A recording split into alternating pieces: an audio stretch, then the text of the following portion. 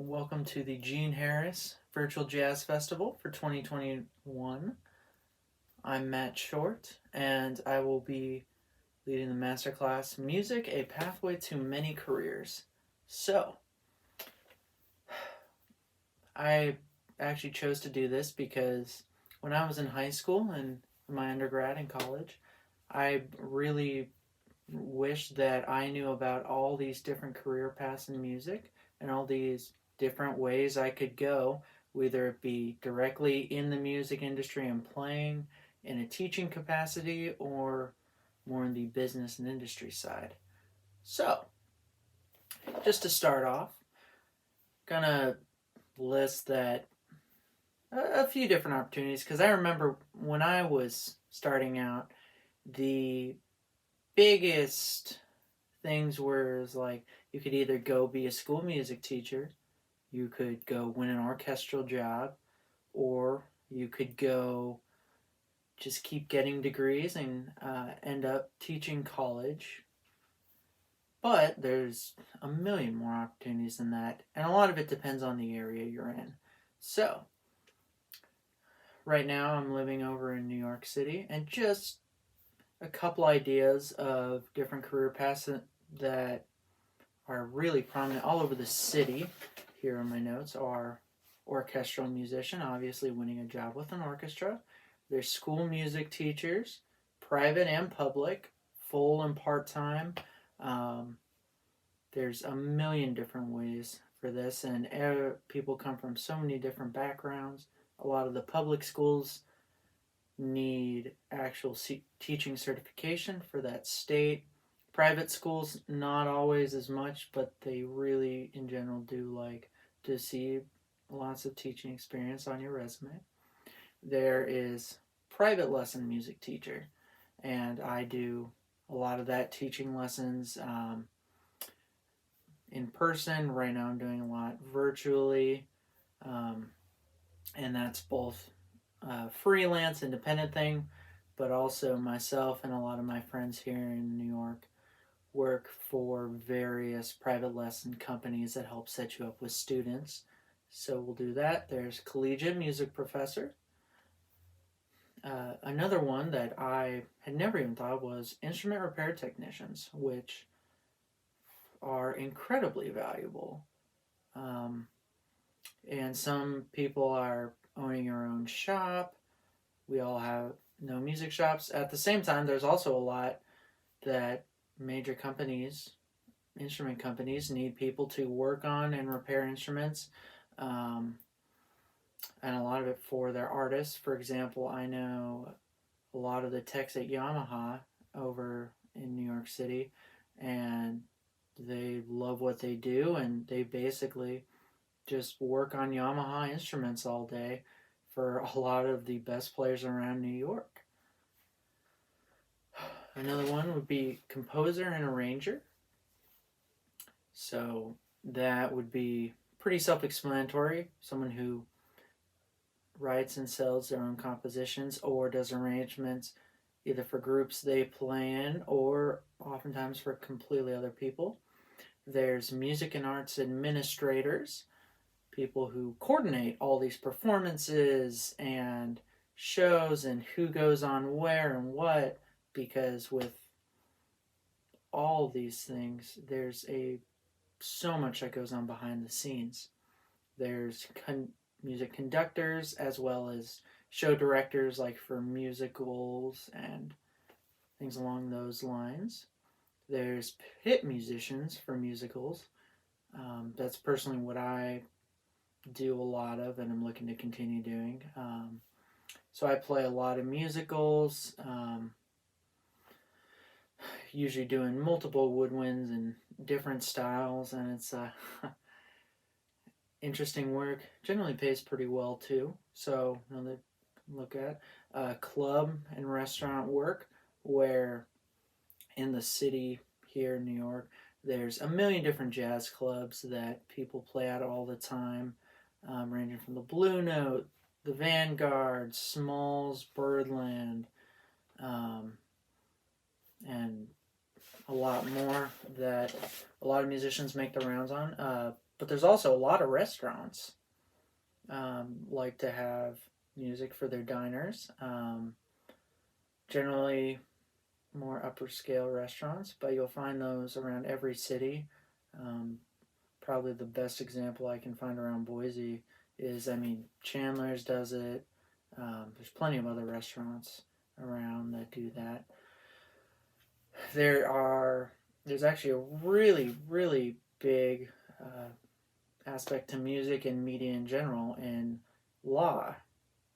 So there are lawyers completely dedicated to music, media, and copyright law. There's music and booking agents. So, again, a lot that goes on behind the scenes. Basically, people having to coordinate who goes where, try and get gigs for certain bands or individuals, or work for venues.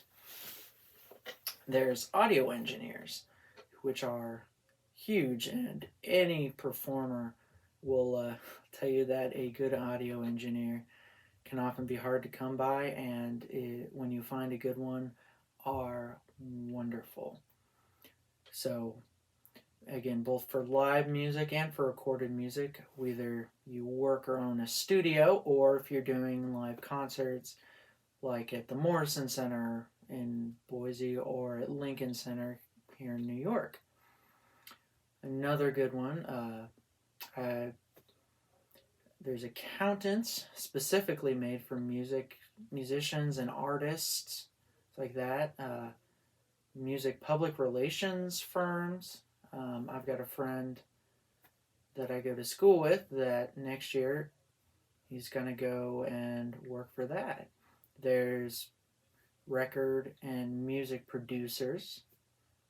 Again, people who do a lot of the management, behind the scenes, and quality control jobs. There's venue management, people who specifically manage a lot of the venues, plus, again, everything that goes on with the sound, the lighting, loading stuff in, loading stuff out, as well as just a slew of other jobs all over the music and industry, especially on the business side and the media. A lot of the music and other types of media can be kind of intertwined a lot. So, just to give you an idea of things, and those careers are not just things off the top of my head. I know people here that have done all of those, or I have myself done those.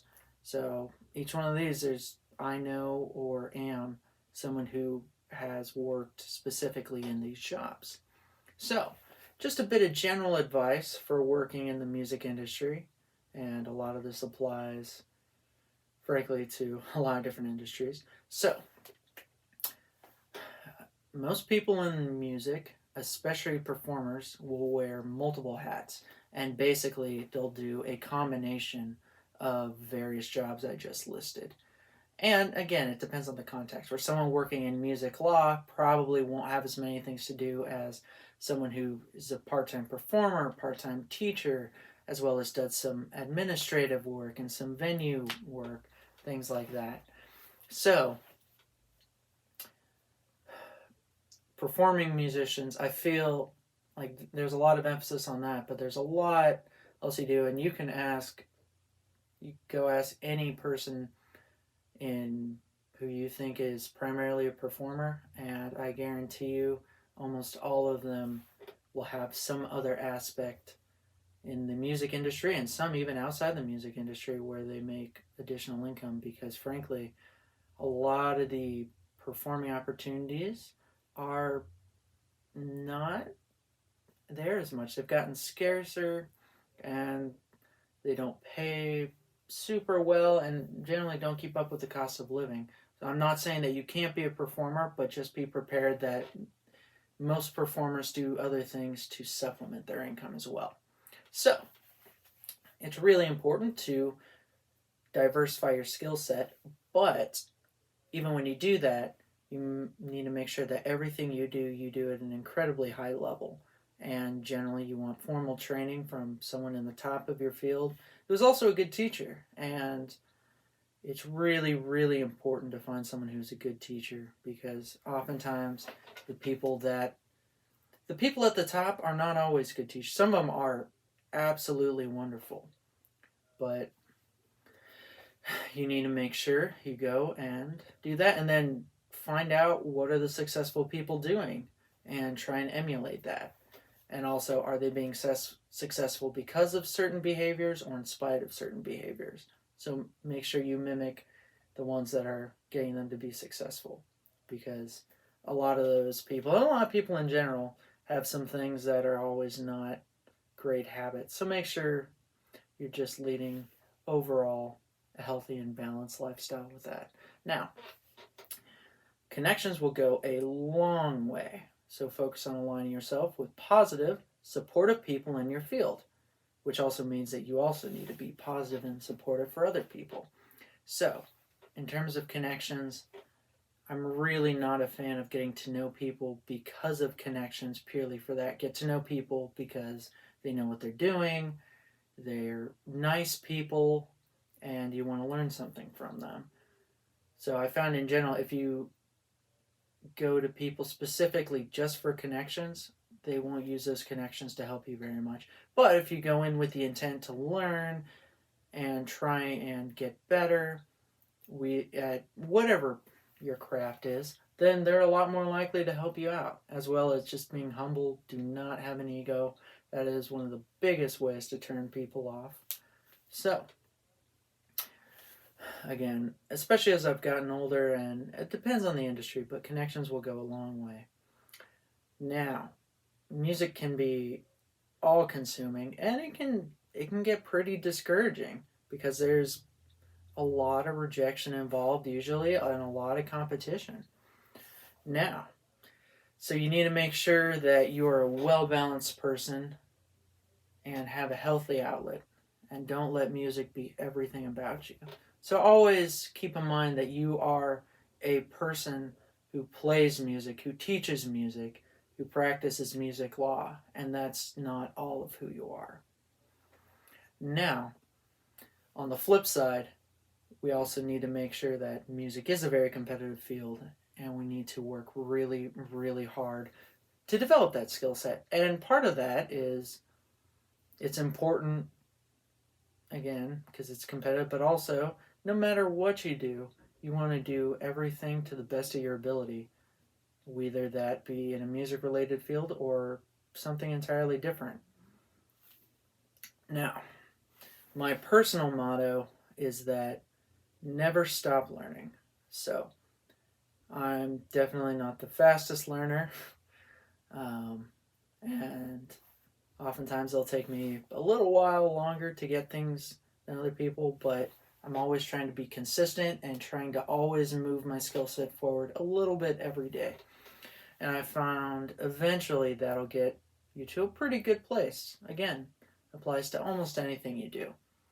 Now, the other benefit of music is that even if you don't choose to go specifically in music, having a music background, whether it be playing in high school or doing a double major in college, between one field in music or minor in music, or even just having a degree in music and then deciding to go into another field, is that a lot of industries, just for example, law and medicine are the ones that pop out to mind, but anything that requires a lot of attention to detail and real meticulousness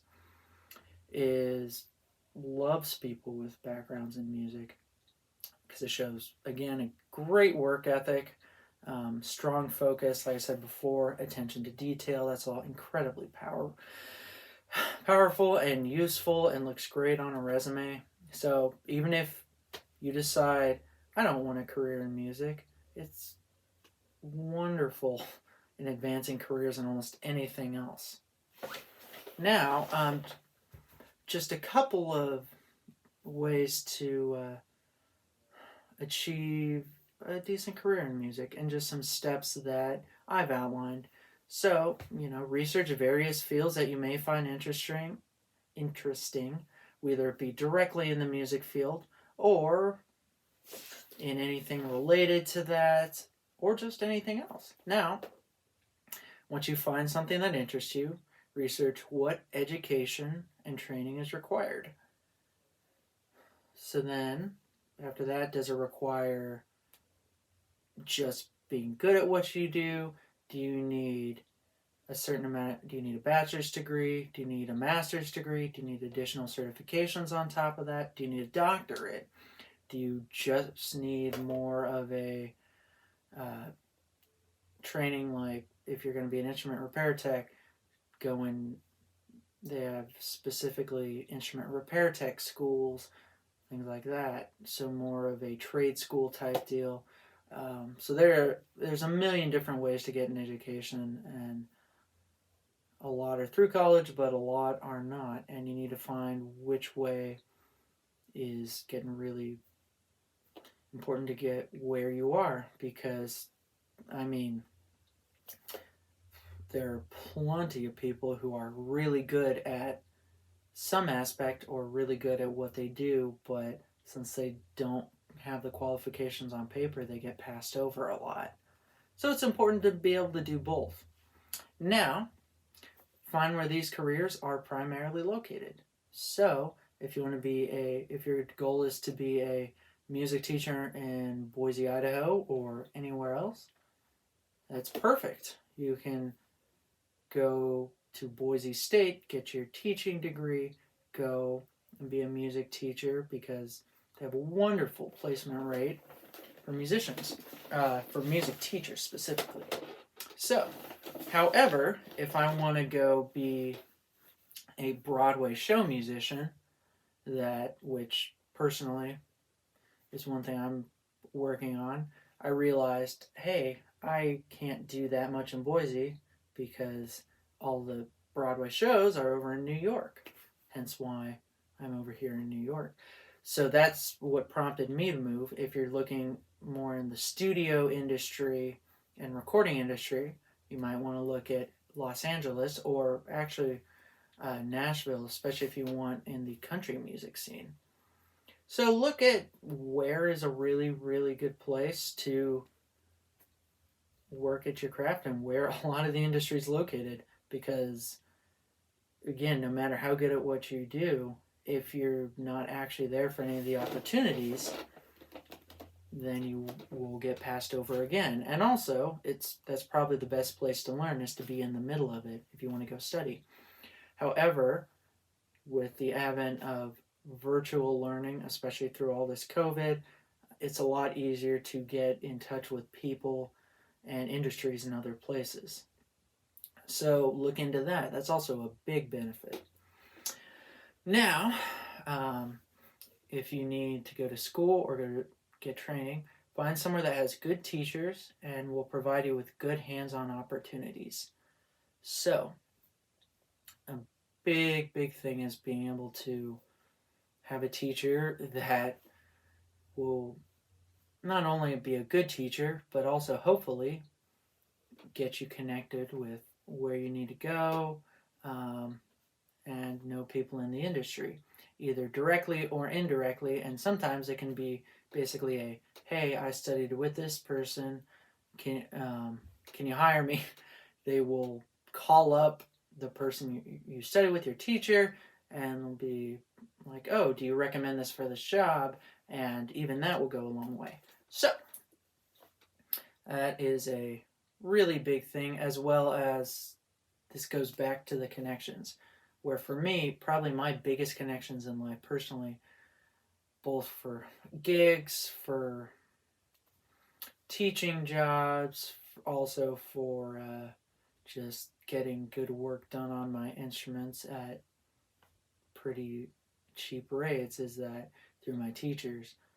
So my teachers have been my biggest connections, and that's only after usually at least a year and often more of studying and trying to be a really diligent student and trying to learn all I can, and then they'll be like, oh, you're committed to this, let me help you out. So between that and also a lot of my friends, I've had a lot of gigs from my friends, just people that I get along with, enjoy playing with. I've gotten teaching gigs from people that I played in school with that started a private lesson company and they wanted to hire me to be their woodwind teacher. So it's really, really important to always be humble, be friendly, and again, don't have an ego. Big one, that's a huge one.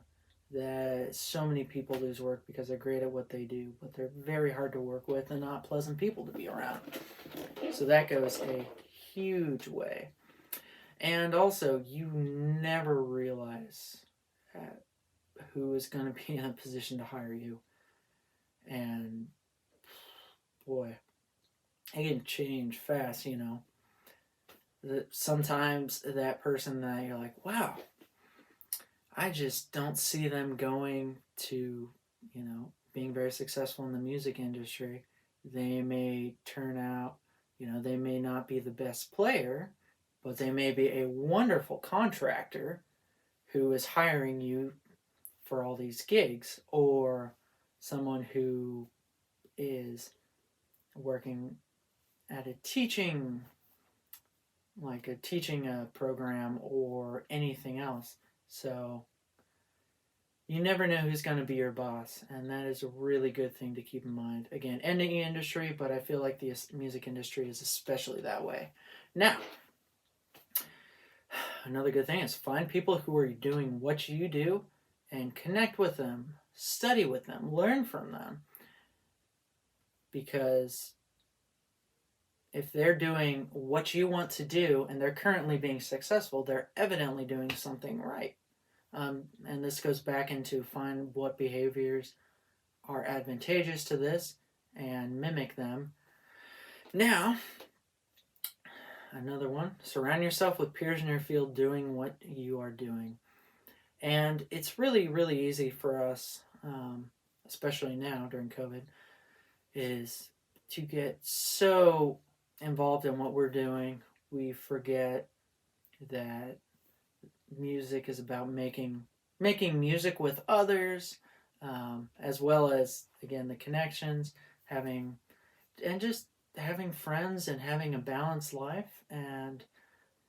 But people that are constantly working in what you do is great motivation, really stimulating. I mean, literally, right before I came to perform this, one of my roommates is professional guitarist and music teacher. We met in school. We played together a lot, and we got along really well. But we just had a conversation about how to implement certain scales over certain chords and various jazz improvisation theory. So, and also because I live with 3 other musicians, and whenever someone's practicing, you come home, someone's practicing, you feel, man, I don't want to practice, or I don't want to put in the work. You hear someone else and someone you respect and get along with really well putting in the work. It is a great motivator. So I really believe in that, as well as it's really, really easy to get so carried away and not want, you know, like, oh, there's other people on my instrument that are better than me, and get focused on the ego, which every single one of us, I guarantee you, has to put our ego in check sometimes. And just remember, it's about learning, it's about getting better, and most importantly, it's about making music. And while obviously you need to be able to make a living, in general, a lot of music and the beauty of music is seen once all that is dropped, and it's just focused on making music. Now, another huge thing, and again, focus on everything, but you always be early. Always be early. And generally, the saying is, and I know this is a cliche, but it's very true, is that on time is late and late is unacceptable. So, for example, any type of gig, if it's a gig that you know and you know the people there and you're very comfortable with it, the latest you want to be is 10 minutes early. And often very much more. I mean, so you always plan ahead, plan to have way too much time. Plan to have time to get to your gig, go have a cup of coffee, come back, and still be there 15 minutes early. It's generally how I think of things. Granted, it depends on the gig, but a lot of things happen versus, you can get stuck in traffic. There can be a car crash on the way. Here in New York, subway problems abound, and you can get stuck on the subway for a very long time. And anyone who's lived in the city can instantly relate. So, yeah, if you're using public transportation, make sure, whether it be buses, subways, or anything else, make sure you allow even more extra time.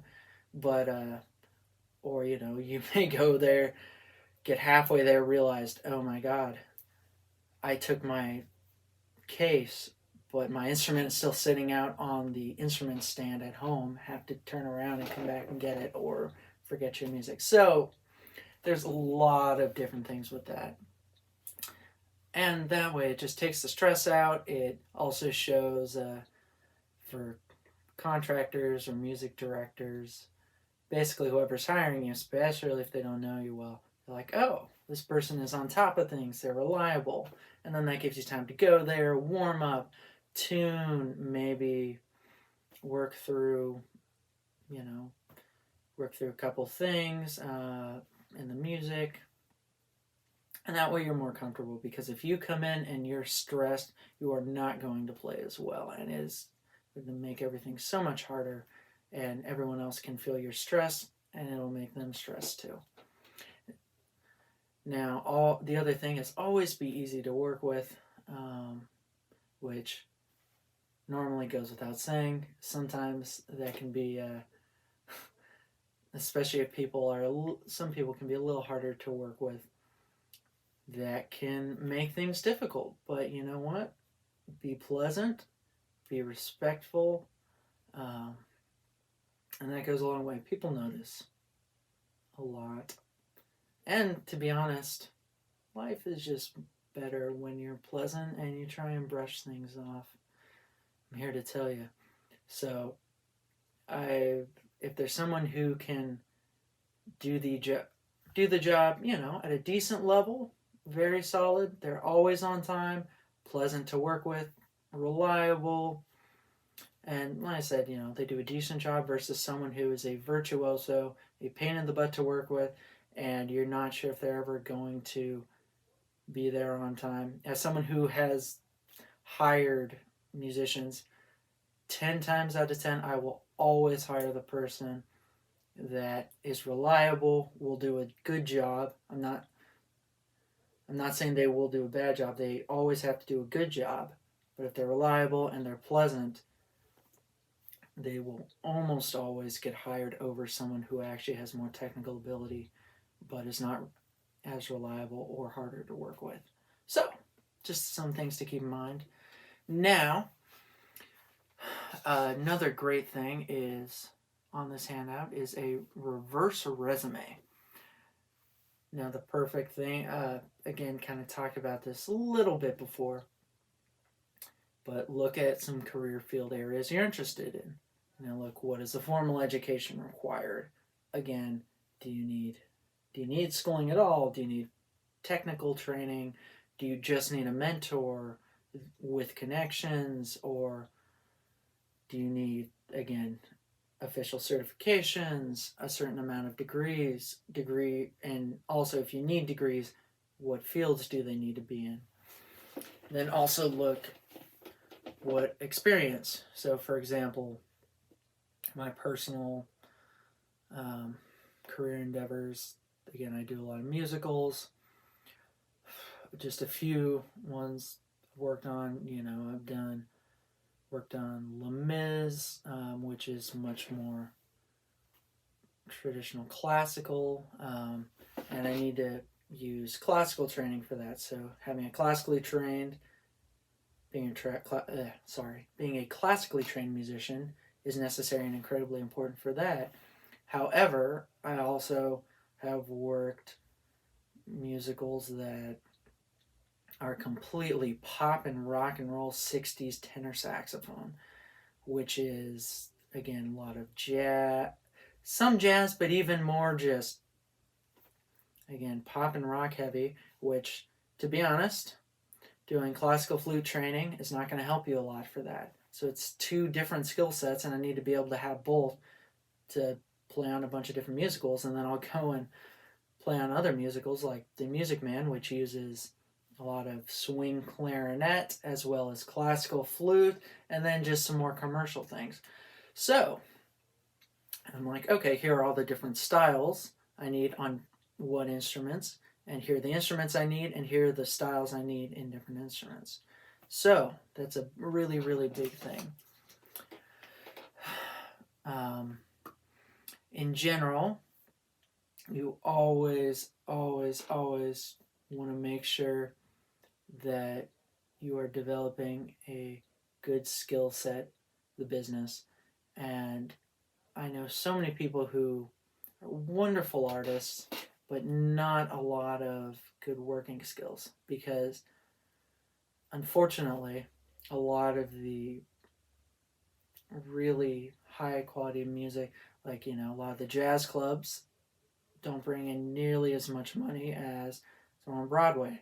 So, for example, being a wonderful jazz musician is great, but also having some employable skills that you can go and play at a jazz club one night and then go sub on a Broadway show the next is a really good way to make a living.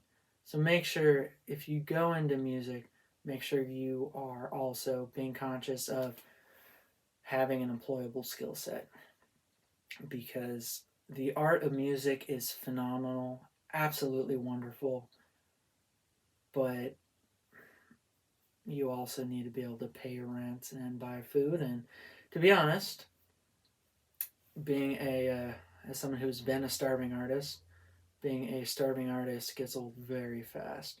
So pursue the art, go for it at the highest level of your ability, but make sure you're also getting some good business skills and some technical skills. And some people are professional musicians and they'll be accountants or work in tech, computer programmers or software developers, things like that. So some people do things completely different. And that's also okay, because music will always be there and you can always do it. And frankly, when you're not having to play every single paying gig that comes along and desperately trying to pay your rent, music can be a lot more pleasant. So, I hope you enjoyed this masterclass. Please always, if you have any questions or want to talk about careers in music or specifically about what I do, or if you want me to get you in touch with someone in certain aspects of the field, please feel free to reach out. All right. And have a wonderful experience at the 2021 Gene Harris Jazz Festival. All right. Thank you. Bye.